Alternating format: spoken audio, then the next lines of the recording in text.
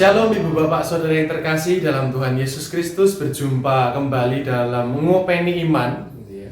Karena setiap Rabu kalau tidak sektor gabungan, persekutuan doa, kita akan bersama-sama memelihara iman kita dengan mengopeni iman bersama. Kita berdoa. Ya Tuhan Yesus, kami mengucap syukur kalau kami pada saat ini kami boleh mengopeni iman bersama-sama.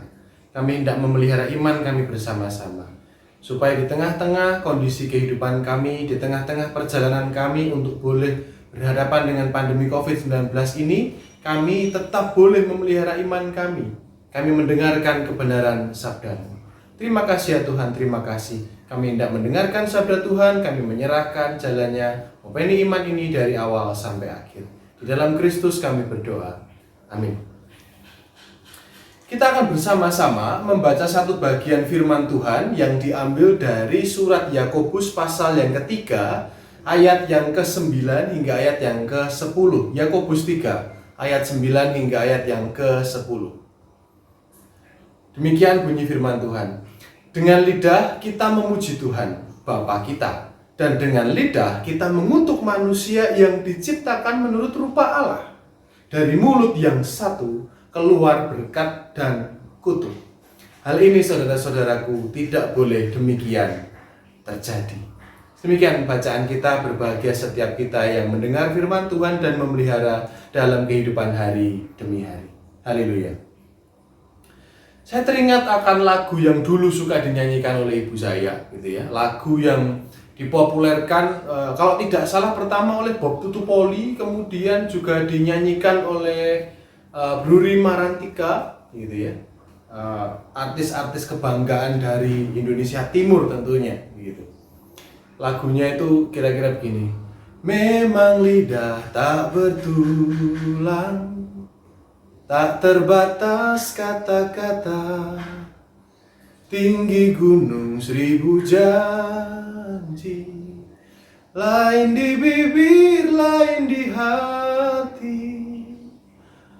Ya tidak usah dilanjutkan Bapak Ibu. Nanti kepanjangan, nanti malah saya nyanyi, Bapak Ibu malah ngantuk nanti kok mendengarkan saya nyanyi. Ya, si pengarang lagu itu sebenarnya hendak menyampaikan hal yang sederhana, yakni ketika manusia, kita, Bapak Ibu Saudara dan saya, itu seringkali kesulitan untuk mengendalikan atau menguasai lidah kita sendiri.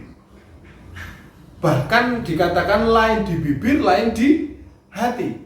Ayo pernah mendengar sebuah sinetron atau nonton sebuah sinetron, misalkan ada seorang yang di depan orang itu berkata baik sekali, oh iya, nanti aku akan menolongmu, gitu. Tapi kemudian ketika orang itu pergi, kemudian dia mempunyai gini, kemudian berkata dalam hati, orangnya bibirnya mingkem, tapi ada suaranya, akan kurebut seluruh hartamu, gitu. Pernah nonton sinetron begitu?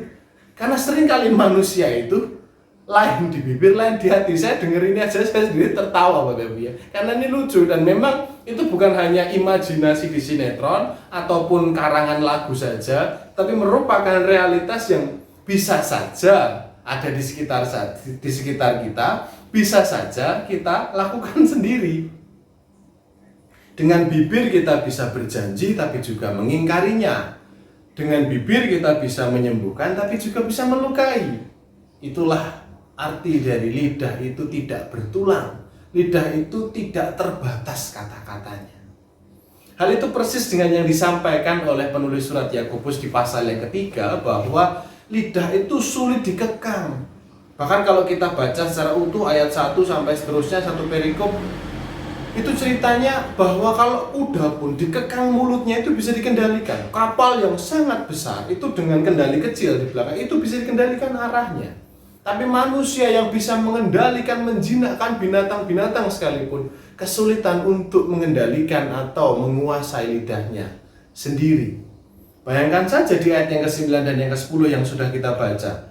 Dikatakan bahwa dengan satu lidah yang sama, itu bisa memuji Tuhan, tetapi juga bisa mengutuki manusia yang adalah diciptakan menurut gambar dan rupa Allah sendiri. Bayangkan, ya.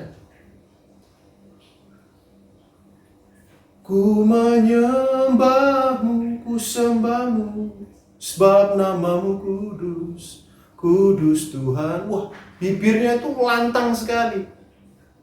Tetapi ngomong sedikit saja menyakiti hati orang luar biasa dengan satu lidah yang sama.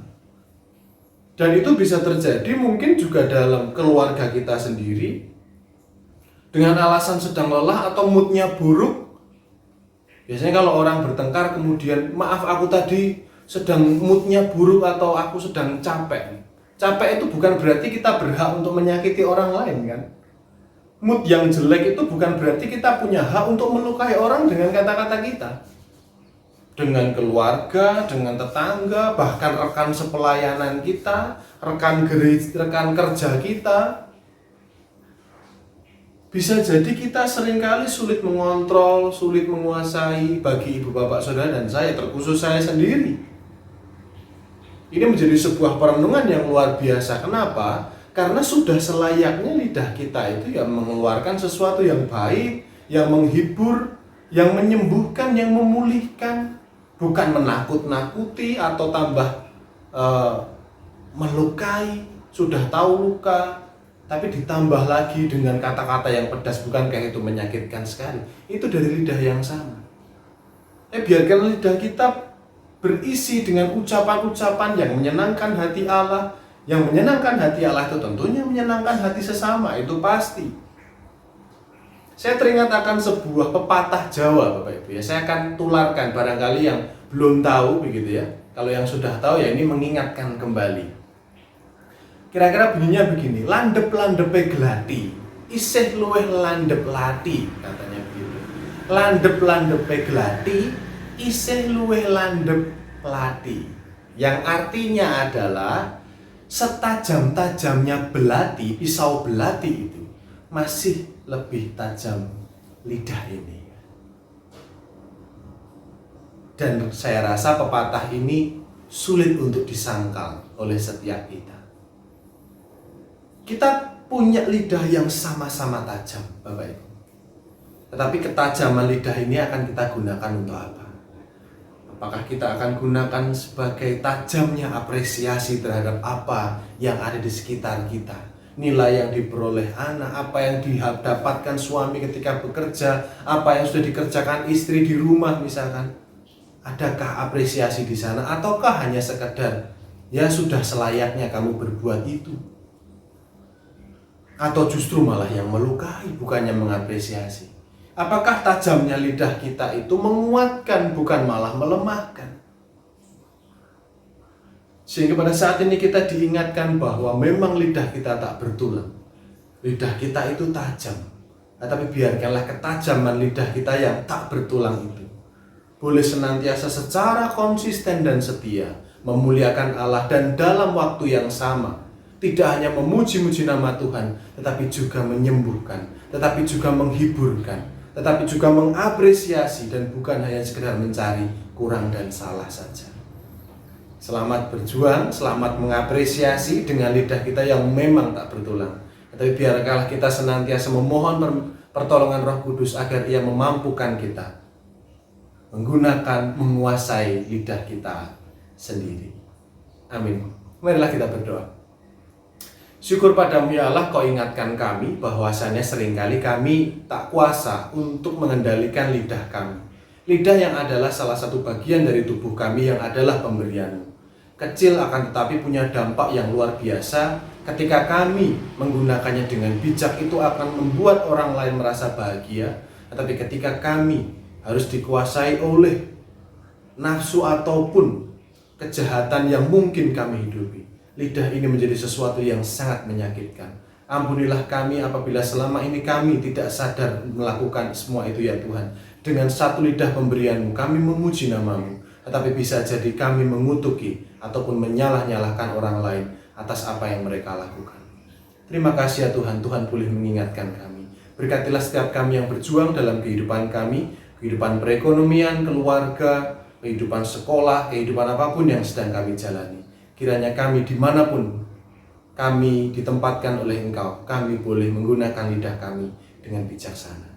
Kami berdoa di dalam nama Tuhan Yesus Kristus. Amin. Demikian Ngopeni Iman kali ini Bapak Ibu. Sampai jumpa di episode depan. Kiranya tetap sehat, semangat, Tuhan memberkati. Shalom.